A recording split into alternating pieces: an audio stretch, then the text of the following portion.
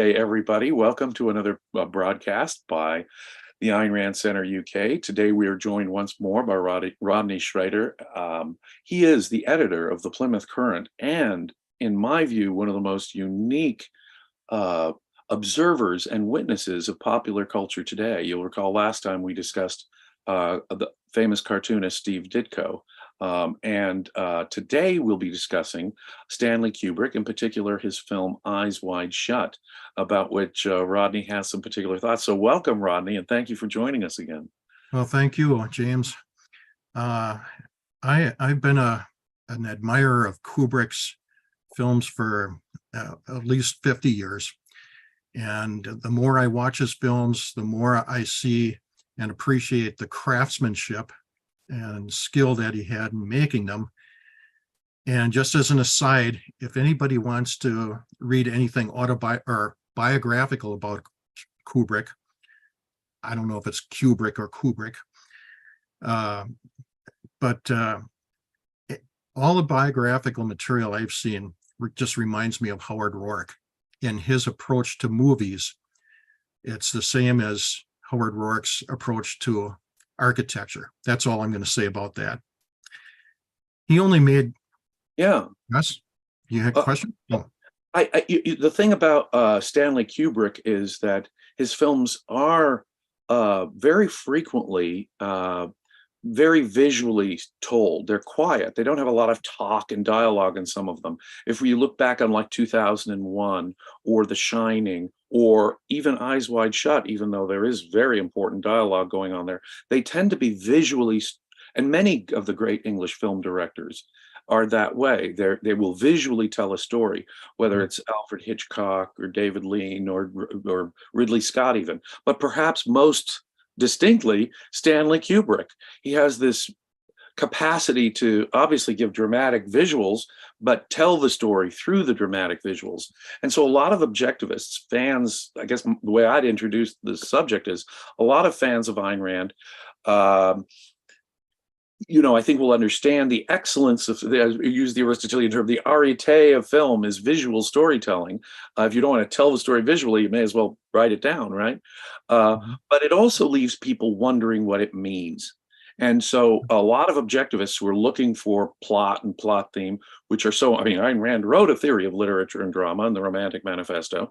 And so they look for plot and plot themes, and they sometimes don't know what 2001 meant. It leaves the many of the audience not knowing what. And I've heard that 10 times over with Eyes Wide Shut. What the heck were they saying? What does it mean? Could you tell us what is the plot theme of Eyes Wide Shut?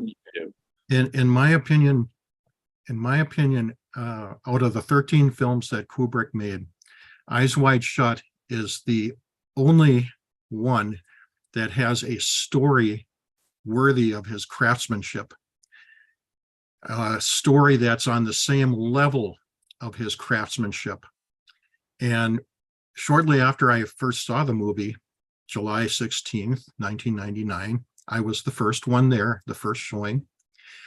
I realized I could write a short book on why I thought this movie was a great movie. And it would have been called The Master's Masterpiece, subtitled Why Eyes Wide Shut is one of the greatest films ever made, and why you probably didn't like it. And one of the reasons that people do not like Kubrick's movies, I'm going to stick strictly to EWS here, is that they move slowly in some instances, and that's just, they want something a little peppier, a little snappier. That's okay. That's a legitimate personal preference. There are legitimate personal preferences in, liking or not liking something. And two good objectivists are not going to necessarily agree that this work of art is fantastic or, So that's certainly true. There is a variance. And I guess before we proceed, we should give a warning to viewers. If you've not seen the film Eyes Wide Shut, I've just asked for the plot theme, so there will be inevitable spoilers here. So if you don't want spoilers on this famous film, be aware that we're about to enter the full plot and storyline. But go on, Rodney. What Right. do you think Well, it really is saying? If I'm with a mixed group of friends and some new people, and the new people ask me, they know I'm interested in movies. Oh, okay. Well, what are some of your favorite movies? My friends, they'll all look at each other and nod. They know already, because if you hang around me more than a few minutes, I'm going to tell people that I think Eyes Wide Shut is really great. And it's not only because of the craftsmanship, it's because the story has a theme that I believe is relevant to all human life. And any functional human being, whether you're a ditch digger or I'm a computer programmer or anything in between, a philosopher, professor, someone who lays bricks, this theme is relevant to you every day of your life. It tells the story. Tom Cruise plays a prominent New York physician, and it tells the story of his marriage, which is going through a bumpy patch here, and how he's drawn into the sort of dark underworld of sex clubs in among the rich. And so people wouldn't think that that's a positive, uplifting, or even universalizable story. Convince me that it truly is. Okay. No, as I mentioned, if I were with friends and new people, I'd tell them how relevant this theme is. And of course, they say, what is the theme? And for all these years, I would say, I don't want to tell you. And the reason is that if I just came out and blatantly tell someone what the theme is, they'd shrug and say, well, that's self-evident. I already knew that. It's obvious. Why? What's the big deal about it? And it's like Dr. Peikoff had this course, Objectivism Through Induction. And by the way, James, thank you so much for promoting his work. That's just what the world needs right now. But Dr. Peikoff's point was, if you take any principle of objectivism and somebody just tells it to you, you'd say, okay, I got it. All right. That's deductive. But if you look at reality and the events that lead up to that principle and induce the principle, it's like the most wonderful aha experience. It's like you discovered it. So I would tell people, I don't want to tell you what the theme is. You look at the movie, it takes about that much thinking, which is that much more than what most movies require of the audience. And you don't have to be a PhD professor or any highfalutin intellectual to understand the theme of the movie. Okay. I am going to ask you what the theme of the movie is. And for the first time in 2 decades, I am going to break my silence during this session. I am going to tell, eventually, I'm going to string you along a little bit, but I'm going to tell you eventually what I believe this theme is. Okay? Okay. Now, you mentioned that Tom Cruise, okay, the main character is Tom Cruise, Dr. Bill, and he gets involved in these, like you said, a sex club and so forth. I think that's a red herring. That's not what the movie's about. That's just trimming. The main idea or the main focus of the movie is his wife early on tells him of a fantasy she had once, and she, not being the main character, she is a catalyst that sets Tom Cruise off on a mistaken way of thinking, a mistaken belief. So as soon as in the bedroom scene where she tells him of her fantasy and he's upset by it, he gets a call from a patient or a patient's daughter. The patient died. He goes to the patient and the daughter is of course, she's very distraught. Her father has died. And she commits the same mistaken or the same mistake that Tom Cruise is about to make. What does she do? Do you remember? I don't. Okay. She's crying and Tom Cruise is trying to console her. And then she kind of takes Tom Cruise's hands and then she says, I love you. I love you. I love you. And he says, Marion, we hardly know each other. So shortly after that, I'll leave it there. Shortly after that, you have one scene that really eloquently demonstrates the theme. Tom Cruise is walking on a sidewalk. He's visualizing this fantasy that his wife had. And he's getting very, you can tell he's getting upset about it. He hits his hand like this, like he wants to hit somebody. Right. He turns a corner. He sees a bunch of hooligans out for, a drunken fun. And then the hooligans purposely bump into Tom Cruise and knock him against a car. That, by the way, is the most violent scene in the movie. So but something not happened. The scariest. No, not the scariest. So something happened there. There was a pattern there. Right. Now hold that thought. Okay. Any questions so far? No, you Okay. You described the movie quite well in detail. Okay. There's another scene that really super eloquently, if you didn't catch it the first time, here you go again. Tom Cruise comes home. He sees his wife and daughter, and they're having they're doing some kind of a lesson at the table. And prior to that, she had some kind of a dream where she was being raped by hundreds and hundreds of men or something like that. And she was laughing and kind of enjoying it, but yeah. So Tom Cruise comes home.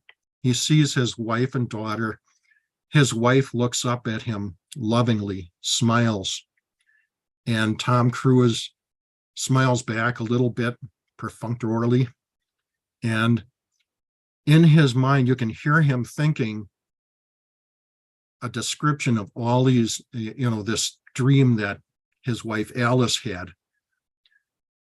So there it is. What's going on in these two scenes? Well, in the first one where he's walking along, he is visualizing this fantasy. He wants to take some kind of action on the basis of this fantasy. He is allowing the fantasy to become real and over. In his own mind, his wife with another guy. Right. He's allowing the fantasy to take on a reality.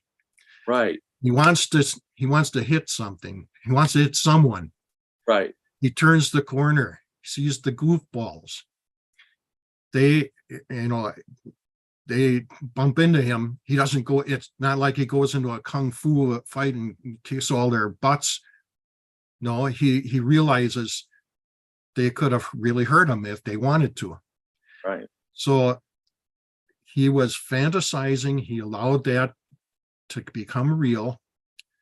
He wanted to hit someone, and then he turned the corner and reality asserted itself. That's what real force is. In the second scene, questions?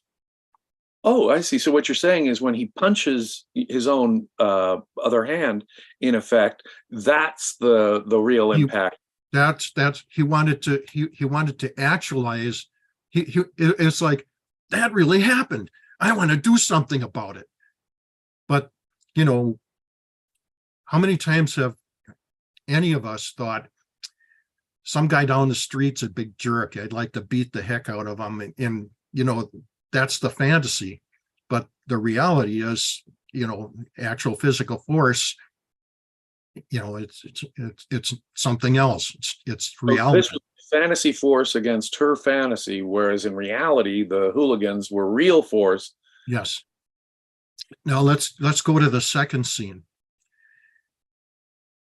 He's coming in, he sees the reality of his wife and daughter.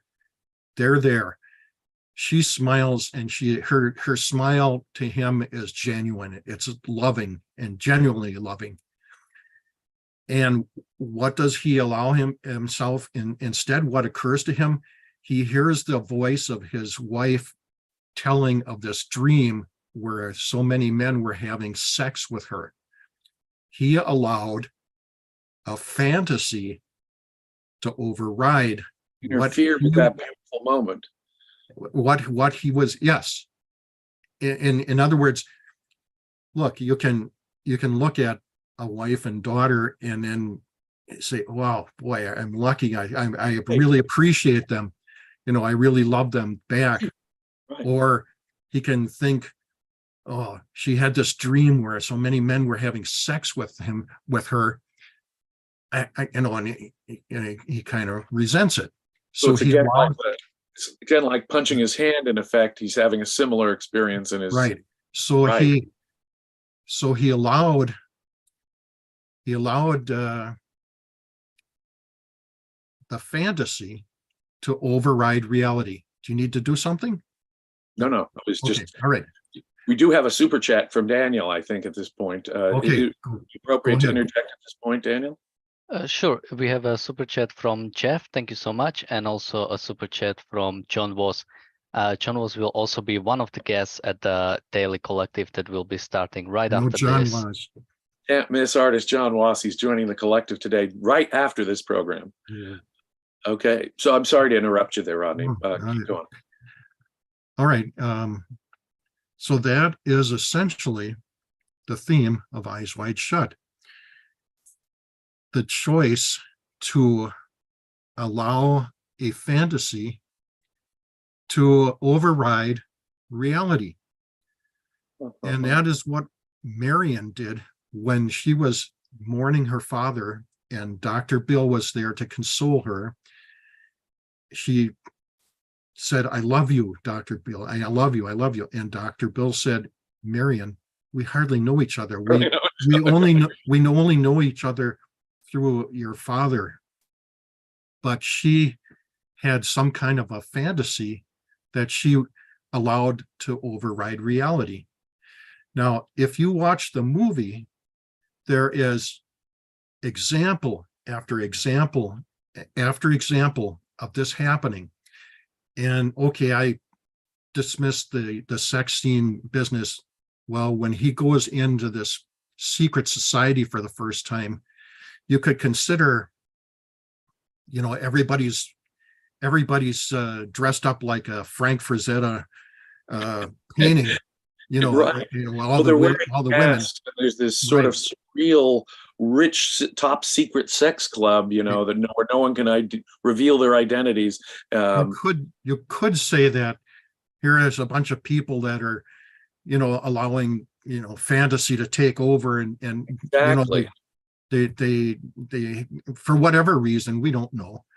It could be they're bored with life or whatever, and they have to play these fantasy games now. And then there's the masks are almost symbolic of that. They've let the fantasy world take over from the reality, and the masks are almost that very symbol of the division.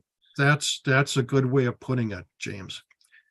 At one point, Dr. Bill visits a costumer, and it's a tall bearded guy that has a daughter that's fooling around with some guys. The costumer, can't remember, Millich, he gets very angry, that his daughter's fooling around. And later, the movie has like two parts, what I call the return parts, where Tom Cruise revisits different people. He brings back the mask that he borrowed or rented, and then Millich is okay with these guys fooling around with his daughter. So it's like, example after example of people that think the fantasy, okay, I can have unprotected sex, I can do this, I can do that. Sex with a bunch of unknown people. And there aren't any consequences. But the reality always asserts itself, sometimes in very unpleasant ways. Right. So all this danger, all this secret society stuff, all right, I mean, that adds to the overblown aspect of the movie. But I think the basic conflict is Tom Cruise understanding that a fantasy is only a fantasy. Right. Fantasy is fantasy in reality. And in the last scene, when she again sort of revisits that fantasy, Tom Cruise has an entirely different reaction. Is that what you're? Well, there is some talk at the end. Are you thinking of the scene in the toy store? Oh, I'm thinking even beyond. Well, Toy Store and then beyond. Yeah. Well, But in the toys, how does that work that out, in your view? In the toy store, Tom Cruise and his wife Alice, Nicole Kidman, have a conversation, and there's a lot of things in there that don't really. I don't quite. I probably won't understand all of it myself, even after 20 some years. But one of the things that Tom Cruise says to Nicole Kidman is, and a dream is never just a dream. But the whole movie is about, a dream is just a dream. Between dreams and reality. Yeah, right. A dream is just a dream. A fantasy is just a fantasy. And don't let that override your reality. She's still asserting a dream is never just a dream. Well, yeah, he said that, I think. He said that. But yeah, that's still an assertion. Dreams matter. It's what we dream are, in effect, have some relevance psychologically, perhaps. But right, what's been pointed out so far again and again is the distinct difference. And don't let this mental thing interfere with reality. Right. And one good thing about the movie and about the story is that Dr. Bill is essentially a good character, and it's demonstrated and shown that he's a good character. Oh, again and again, he seems to be again. And so he is just making this one mistake brought on by this catalyst, his wife, her fantasy. And so you don't have a very muddy, mixed character here. You have it's like a controlled experiment where you have just this one item that you can focus on and see, well, he's going wrong in this sense. So you can isolate it. So I think it's very. So he's still, so even in the toy store, he's still in effect, going with the logic here, he's still in effect confusing dreams with reality. Or he's seeing the relationship between dreams and reality. I don't quite know I don't quite know how to fit in all of what they're saying, because some of it I think were quotes from the original novel, and maybe maybe some of that was just so poetic that Kubrick included it anyway. But I think if you actually see the movie and watch for examples of where someone thinks they can, it's the old, well, I can evade, I can just ignore this aspect of reality. There are ways that objectivism puts it, so I can't remember now, selectively looking at things and not thinking of the consequences. But that, look, if I said that to somebody, look, here's what the movie is about. It's you should not put fantasies above reality. I knew that. But if you see it inductively by looking at the movie, I think it's like, wow, I discovered that. Negative obsession with that. In other words, he couldn't separate out that it was just a fantasy of his wife's, and it's that inability to separate it out which led him into this dark world of the sex club. And he was going to go ahead. And as I say, practically the end of the thing is when they're back home and she's recapitulating the fantasy to him. It could be. I'm not sure how to. I'd have to think about that. But that's the way the ending appears to me. She's back again recapitulating it, but he has a different understanding. I think that by the end of the movie, he does. He does understand things better. But we're never. See, there's no Galt's speech in this movie. There's no Howard Roark's courtroom speech to explicitly explain all this. But here's another example. Dr. Bill's out in the street. He's propositioned by a prostitute. Want to have a good time, and so he kind of looks around. You can tell he's never been with a prostitute. He doesn't know what the heck's going on, right? And which is rather charming. Right. And again, suggesting what a decent chap this guy generally is. I think it could be because it could be no evidence on this particular point, but it could be he's thinking, well, look what my wife did. Well, I can do this. So that would be reality with a prostitute. His wife was just telling him about a dream. I know, but that's the mistake. That's the mistake. And how the mental part overcome reality. Right. I guess people have to introspect and think, does that happen to me? Do I do that? Do I ever find, even in little ways, do I find myself doing that during the day? So it's about the tension between reality and fantasy and how sometimes our mental life can negatively interfere with actual life if we take that fantasy world too seriously. I would say so. Fascinating, Rodney. Do we have another super chat, Danny? We have a super sticker from Jonathan. Thank you so much. Robert, who has been a member for 15 months, says, lesson, although dreams leave us with emotions which linger despite their unreality, it's foolish to let those feelings linger and impact our thinking. Would that was nice. A very, very tightly put formulation there. Would you agree with that as the theme? I don't know if that's the theme, but it adds to it. It complements the theme very well, I think. I see. Wow. And another super chat from Robert. He says, also, when the beautiful people do stupid things, don't let the beauty seduce you.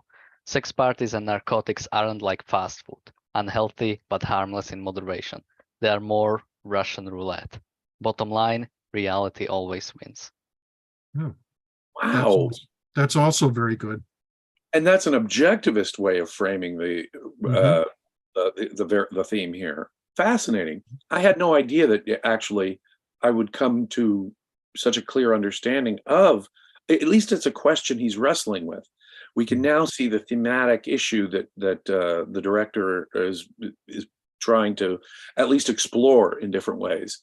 Even if it doesn't come to a full, would you say that it comes, as you say, there's no Galt speech, but would you say that the plot comes to a real resolution? I think in the past, Kubrick in interviews has said that he would like people to see his movies more than once so that you get a chance to think about them. And maybe, if you don't get it after watching it once, some people just don't like how slowly it moves. Others didn't like the overblown sex scenes. Well, yeah, the sex scenes are either going to use to draw some people in, or it turned some Right. other people off. And Because so it was some people see it once and they don't think that it added up to anything. And, you know, it all depends on if you think about it afterwards. Do you think that? Well, do you think that the director, Mr. Kubrick or Kubrick, however we pronounce it, do you think that he's satisfied in leaving us with unresolved issues to think about, such as 2001 is often, A Space Odyssey is often described that way. Arthur C. Clarke had his distinct motives with the book, but in the film, we're kind of left in a. What do you think, audience? What do you think that the Sky Baby is, or whatever it is? So that you were left sort of, is this a statement about abortion? Is this a statement about intelligent life? Is it a statement about God?